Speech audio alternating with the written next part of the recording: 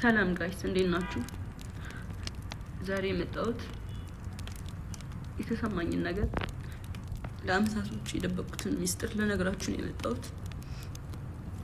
አይ ኖ ሪሌሽንሺፓችን ድብቅ ነበር፣ ኦፊሻል አላደረግነው። እሱም የኔ ጥፋት ሊሆን ይችላል፣ አይሆንም ይችላል፣ አላውቅም።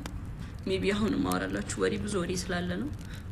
እና ከጆን ዳንኤል ጋር ሪሌሽንሺፕ ውስጥ ነበርኩኝ። ግን ሪሌሽንሺፕ ውስጥ ሆነን ጸባችን ነበር የሚበዛው። በጣም ነበር የሚያሰቃየኝ፣ በጣም ነበር የሚመታኝ፣ በጣም ነበር የሚያስፈራራኝ። ከኔ ጋር ከተለያየሽ አጠፋሻለሁ፣ ከቲክቶክ ትጠፊያለሽ፣ ላይቭሽን አዘጋዋለሁ፣ መስራት አትችይም እያለኝ ለአመታት እያስፈራራኝ ኑረናል። እና አሁን ትናንትና ደግሞ አካውንቴን ባን አድርጎታል።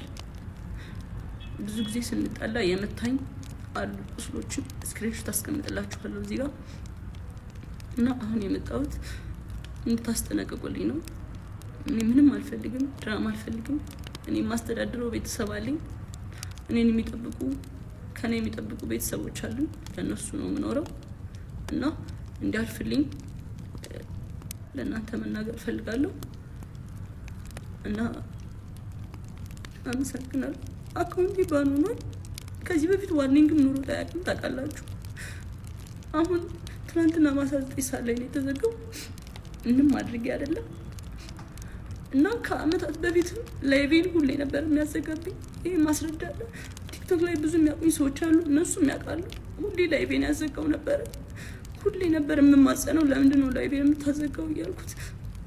እና ስንጠላ በሱ ነበር የሚያስፈራራኝ። ላይቬን እያዘጋ ነበር የሚያስፈራራኝ። ምንም አታመጭም እያለኝ። ይሄንን እናቱም ታውቃለች፣ እህቱም ታውቃለች፣ ሁሉም ቤተሰቦቹም ያውቃሉ እኔን አብዝ እንደሚያደርገኝ።